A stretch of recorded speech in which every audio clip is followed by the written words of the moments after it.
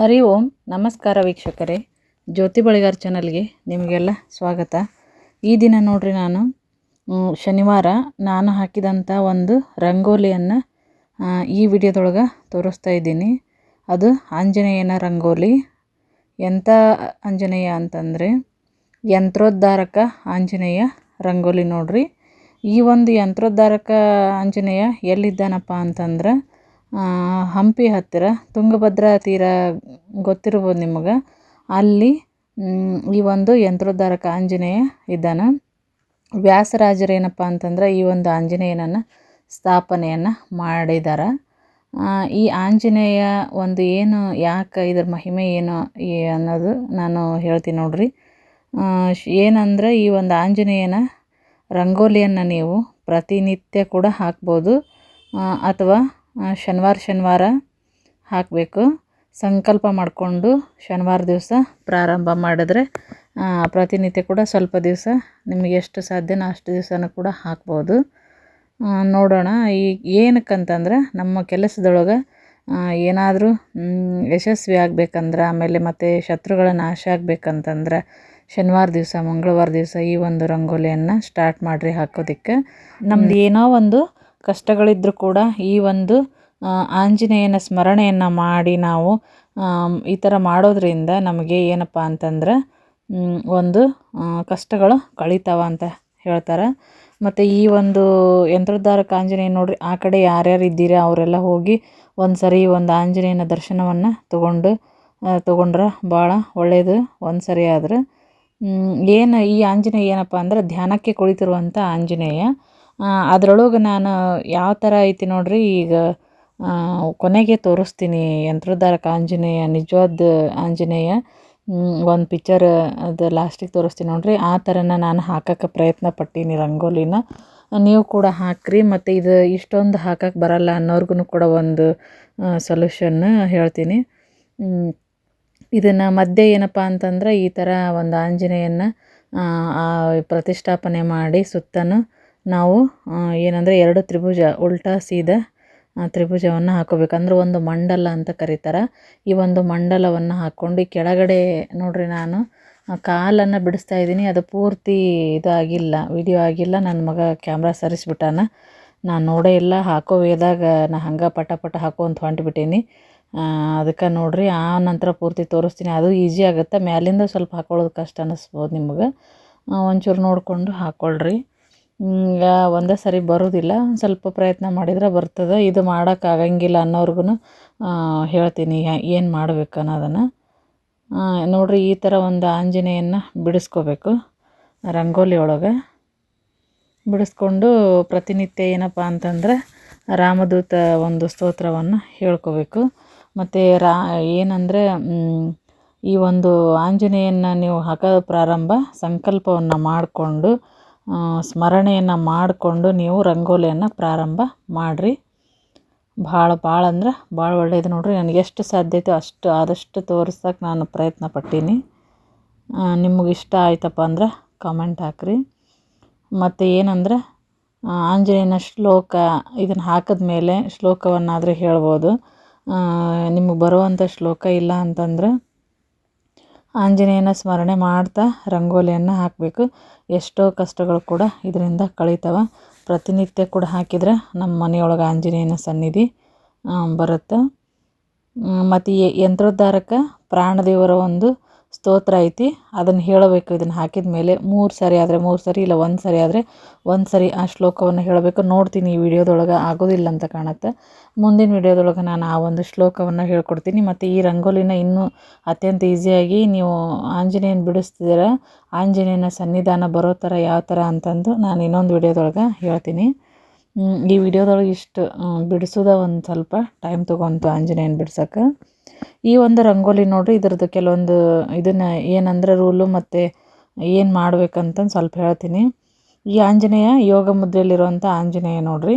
ಕೂತಿರುವಂಥ ಆಂಜನೇಯನ ನೀವು ಈ ಥರ ಹಾಕಬೇಕು. ಹಾಕಿ 21 ದಿವಸನಾದರೂ ಹಾಕಿರಿ, ಇಲ್ಲ 48 ದಿನ ಸಾಧ್ಯತೆ ಐತೆ ಅಂದ್ರೆ 48 ದಿನನೂ ಹಾಕಿರಿ. ಅಥವಾ ಪ್ರತಿನಿತ್ಯ ಕೂಡ ನಾವು ಹಾಕ್ತೀವಂದ್ರೂ ಕೂಡ ಪ್ರತಿನಿತ್ಯನೂ ಹಾಕ್ಬೋದು. 2 ತುಪ್ಪದ ದೀಪವನ್ನು ಹಚ್ಚಿಡಬೇಕು. ಹಚ್ಚಿಟ್ಟು ಹಾಕಬೇಕು. ಪ್ರಾರಂಭ ಮಾಡಿರಿ.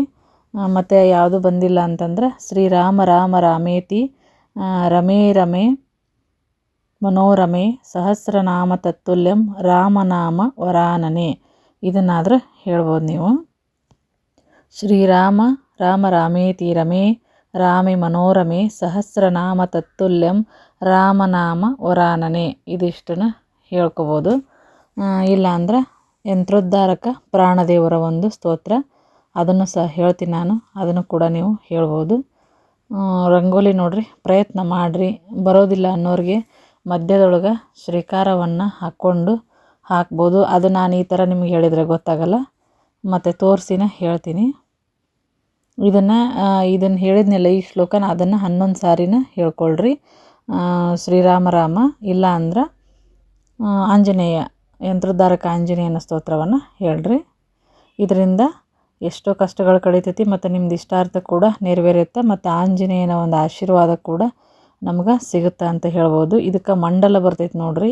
ಮೇಲೆ ನೀವೇನು ಮಾಡ್ಬೇಕಂತಂದ್ರೆ, ಸ್ಟಾರ್ಟ್ ಮಾಡೋಕ್ಕಿಂತ ಮುಂಚೆ ನನಗೆ ಸ್ವಲ್ಪ ಜಾಗದ ಪ್ರಾಬ್ಲಮ್ಮು, ಹಾಗಾಗಿ ನಾನು ಮೇಲೆ ಏನೂ ಬರೀಲಿಲ್ಲ. ಇದು ಸಾಲ್ತದ ಇಲ್ಲ ನೋಡ್ಕೊಂಡು ಬರೆಯೋಣ ಅಂತ ಬಿಟ್ಟಿದ್ದೆ. ನಮೋ ಹನುಮತೆ ಅಂತ ಬರೀರಿ ಮೇಲೆ.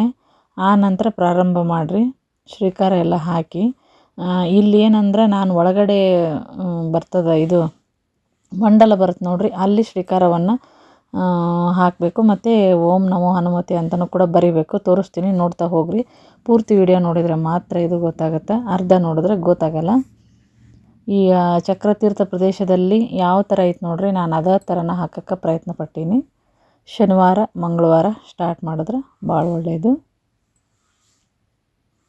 ಪೂರ್ತಿ ನೋಡ್ರಿ. ನಂತರ 5 ಮಂಡಲ ಬರ್ತಾವೆ ಮತ್ತು ಶ್ರೀಕಾರನೂ ಬರ್ತಾವೆ. ಆ ಒಂದು ಶ್ಲೋಕವನ್ನು ಪ್ರತಿನಿತ್ಯ ಕೂಡ ಹೇಳಬೇಕು, 3 ಸಾರಿ ಹೇಳಬೇಕು. ಟೈಮ್ ಇದ್ದರೆ ಜಾಸ್ತಿ ಸರ ಹೇಳ್ಕೊಬೋದು. ಇಷ್ಟೊಂದು ರಂಗೋಲಿ ನಮ್ಗೆ ಹಾಕೋಕ್ಕೆ ಟೈಮ್ ಇಲ್ಲ ಅನ್ನೋರು ಮಧ್ಯೆ ಶ್ರೀಕಾರವನ್ನು ಹಾಕ್ಕೊಂಡು ಆಂಜನೇಯನ ಸ್ಮರಣೆಯನ್ನು ಮಾಡಿಕೊಂಡು ಆಂಜನೇಯನ ಅನುಸಂಧಾನ ಮಾಡಿಕೊಂಡು ಪ್ರಾರಂಭವನ್ನು ಮಾಡ್ಬೋದು ನೋಡ್ರಿ. ಇದು ಏನಪ್ಪ ಅಂದ್ರೆ ಭಾಳ ಶಕ್ತಿಯುತವಾದಂಥದ್ದು. ಮತ್ತು ಈ ಸ್ತೋತ್ರ ಕೂಡ ಅಷ್ಟೇ, ಪ್ರಾಣದೇವರ ಸ್ತೋತ್ರ ಭಾಳ ಶಕ್ತಿಯುತ ಇರುವಂಥದ್ದು. ಮತ್ತು ಏನಾದರೂ ಆಗಿರಲಿ, ನಮಗೆ ಮಕ್ಕಳ ವಿದ್ಯೆ ಆಗಿರಲಿ, ಮದುವೆ, ಮಕ್ಕಳ ಉದ್ಯೋಗ, ಸಕಲ ಅಭಿಷ್ಟ ಕೂಡ ಒಂದು ಕರುಣಿಸುವಂಥ ಒಂದು ರಂಗೋಲಿ ಸ್ತೋತ್ರ ಅಂತಲೇ ಹೇಳ್ಬೋದು. ಇದು ಈ ಥರ ಬರ್ತೈತೆ ನೋಡ್ರಿ ರಂಗೋಲಿ. ಆದಷ್ಟು ಪ್ರಯತ್ನವನ್ನು ಮಾಡೀನಿ. ನೀವು ಕೂಡ ಹಾಕೋದಕ್ಕೆ ಪ್ರಯತ್ನ ಪಡ್ರಿ ಅಂತಲೇ ಹೇಳ್ತೀನಿ. ಶನಿವಾರದೊತ್ತು ಹಾಕ್ರಿ, ಭಾಳ ಅಂದ್ರೆ ಭಾಳ ಒಳ್ಳೇದು ನೋಡ್ರಿ. ಮತ್ತು ಕೆಲವ್ರಿಗೆ ಡೌಟ್ ಇರ್ತೈತಿ ಎಷ್ಟು ದಿನ ಏನೋ ಅಂತ. ಹೇಳಿದ್ನಲ್ಲ, ನೀವು ಸಂಕಲ್ಪ ಮಾಡ್ಕೊಂಡು 21 ದಿವಸನ ಹಾಕ್ಬೋದು, ಇಲ್ಲ 48 ದಿವಸ. ಆ ಥರ ಸಂಕಲ್ಪ ಮಾಡ್ಕೊಂಡ್ರೆ ನೀವು ದಿನ ಅದನ್ನು ರಂಗೋಲಿನ ಪ್ರತಿನಿತ್ಯ ಕೂಡ ಹಾಕಬೇಕು. ಪ್ರತಿನಿತ್ಯ ಕೂಡ ನೀವು ಪೂಜೆ ಮಾಡಬೇಕು, ಮತ್ತು ಪ್ರತಿನಿತ್ಯನ ನೀವು ನೈವೇದ್ಯ ಈ ಥರ ಏನಾದರೂ ಮಾಡಬೇಕು. ಅಥವಾ ದಿನನಿತ್ಯದ ರಂಗೋಲಿ ಒಳಗೆ ಇದು ಒಂದು ಆ್ಯಡ್ ಆಗಿತ್ತಪ್ಪ ಅಂತಂದ್ರೆ ಇನ್ನೂ ಚಲೋ. ಅಷ್ಟು ನಾರ್ಮಲ್ ನೀವು ಪೂಜೆ ಮಾಡ್ತೀರಿ ನೋಡ್ರಿ ದೇವ್ರಿಗೆ, ಆ ಥರ ಮಾಡ್ಕೊತ ಹೋಗೋದು.